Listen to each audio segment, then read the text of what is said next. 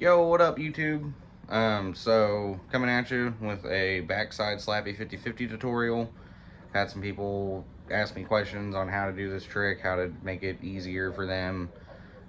Just figured I'd make a whole video kind of just breaking down everything that I think works for me. First thing I'd like to talk about a little bit is my setup or my tips for your setup.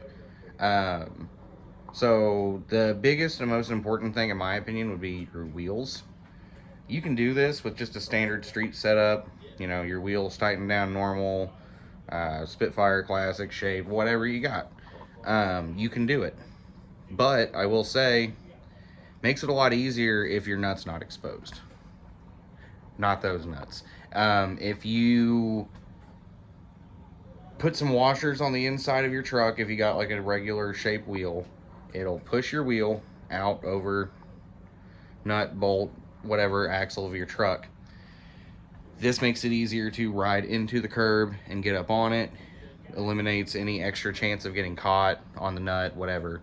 It also, you know, increases the lifespan of your trucks, keeps you from bashing that up and getting to a point where the nut won't come off or whatever. The other thing on setup that is pretty important in my opinion, if you lean toe side, lean heel side, and you're getting wheel bite pretty quick, you're going to want to probably tighten your trucks up a bit. Now, I'm not going to say that you can't figure out a way to slappy with your trucks that loose.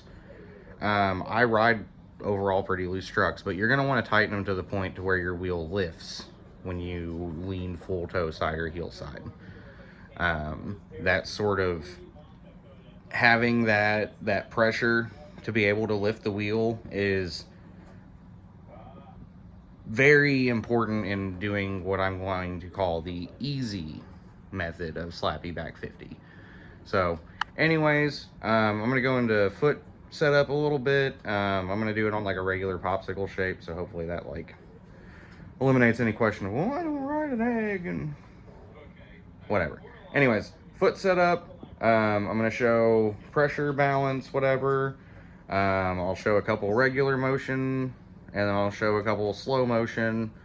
And then maybe I'll just kind of, I'm not really sure what to talk about when it comes to the don'ts of the trick. So maybe, we can start a discussion in the comments or something. Anyways, so yeah, I'm going to cut to some footage of me at the park with some voiceover because it was very, very windy. Anyways, thanks. Hope this helps.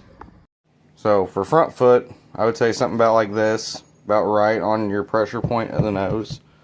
And then back foot, basically the same spot, just a little bit closer to the bolts. So coming up to the curb where I showed where my feet were at, you're going to want to apply pressure as you go light foot on the front foot. You apply that pressure and then put your weight back onto both trucks. So pressure on the back, go light on the front, and then equal pressure on both trucks. So as you can see in these clips, I'm approaching at a 45-degree angle and then applying the pressure, going kind of weightless on the front foot, and then immediately, same as you would for just riding your board. You just put your weight right back where you're cozy. Alright, thank you all for watching. Here's some random clips. Hope some of that helped. Leave a comment, like stuff, follow, subscribe. Make me a Patreon and then subscribe to it. Yeah. There y'all.